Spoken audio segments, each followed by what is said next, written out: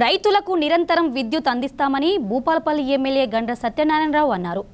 బుధవారం గణపురం మండల కేంద్రంలోని 33/11 kV విద్యుత్ ఉప కేంద్రాన్ని కాంగ్రెస్ నేతలతో కలిసి ఎమ్మెల్యే జిఎస్ఆర్ సందర్శించారు. అనంతరం సబ్స్టేషన్లో ఉన్న లాగ్ బుక్స్ను తనిఖీ చేసి ఆపరేటర్లకు పలు సూచనలు చేశారు. విద్యుత్ సరఫరాపై కొంతమంది సోషల్ మీడియాలో అసత్య ప్రచారాలు చేస్తున్నారని, అవి సరికాదని అన్నారు. కరెంట్ కోతలు ఎక్కడా లేవని, గత ప్రభుత్వ హయాంలో విద్యుత్ సంస్థలు నాశనం అయ్యాయని ఈ సందర్భంగా గుర్తు చేశారు. ప్రభుత్వానికి చెడ్డ పేరు తెచ్చేలా చేస్తే ఊరుకునేది లేదన్నారు. నిరంతర విద్యుత్ సరఫరాకు కాంగ్రెస్ ప్రభుత్వం ప్రాధాన్యత ఇస్తుందని అన్నారు. ఈ కార్యక్రమంలో కాంగ్రెస్ పార్టీ నాయకులు, కార్యకర్తలు పాల్గొన్నారు. ఈరోజు తెలంగాణ రాష్ట్రంలో కరెంటు మీద బీఆర్ఎస్ పార్టీ దుష్ప్రచారం చేస్తూ ఉన్నారు.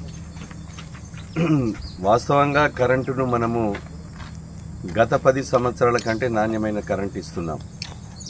ఈరోజు మనం లాగ్ బుక్ చూసాం. సబ్స్టేషన్లో గాడిద్వారం వచ్చి ఏదైతే పోల్లు ఇరిగి వైర్లు తెగితే తప్ప, పోల్లు ఇరిగినా కూడా తక్షణమే పోల్లను కూడా రిపేర్ చేయడం జరుగుతూ ఉంది.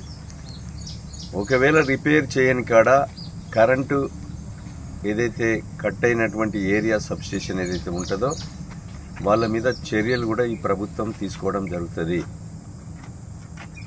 స్పెసిఫిక్గా ఈ నియోజకవర్గంలో భూపాలపల్లి జయశంకర్ జిల్లాలో పవర్ రైతాంగానికి నాణ్యమైనటువంటి కరెంటు ఎక్కడైతే కట్ అవుతుందో మా దృష్టికి తీసుకురండి, ప్రభుత్వ దృష్టికి.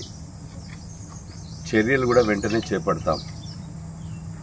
కరెంటును కూడా మనం ఇంకా అడ్వాన్స్గా ఎక్కువ నాణ్యతగా ఇవ్వాలనేదే ప్రభుత్వ ఉద్దేశం. కానీ బీఆర్ఎస్ పార్టీ వాళ్ళు 5 నెలల ఓపిక లేకుండా ఈరోజు దుష్ప్రచారము, కరెంట్ రావడం లేదని, ప్రాజెక్టులు ఎండిపోయినాయని, వాళ్ళ పుణ్యమాని మొత్తం ప్రాజెక్టులు ఎండిపోయినాయి. వాళ్ళ పుణ్యమాని జూలైలో వర్షాలు పడి 124 చెరువులు ఈ నియోజకవర్గంలో దిగితే కనీసము ఇసుక బస్తాలు నింపి రింగు బండి లేని దౌర్భాగ్య పరిస్థితి ఉంది. ఈరోజు కాళేశ్వరం ప్రాజెక్టు 3 పిల్లర్లు కుంగితే 6 నెలల కాలంలో ప్రభుత్వంలో కేసీఆర్ ముఖ్యమంత్రి ఉండి దాన్ని రిపేర్ చేయించలేనటువంటి దౌర్భాగ్య పరిస్థితి ఉంది ఆ కాంట్రాక్టర్తో. కనుక వాళ్ళే పుణ్యమాని ఈరోజు ఎల్ఎండిలో కానీ, శ్రీరామ్ సాగర్లో కానీ, కాళేశ్వరంలో కానీ, ఈ నియోజకవర్గంలో కానీ 124 చెరువులు దిగి ఎడారిగా మారిపోయినాయి. కనుక కరెంటు విషయంలో కూడా ఈ ప్రభుత్వం చిత్తశుద్ధితో ఉంది.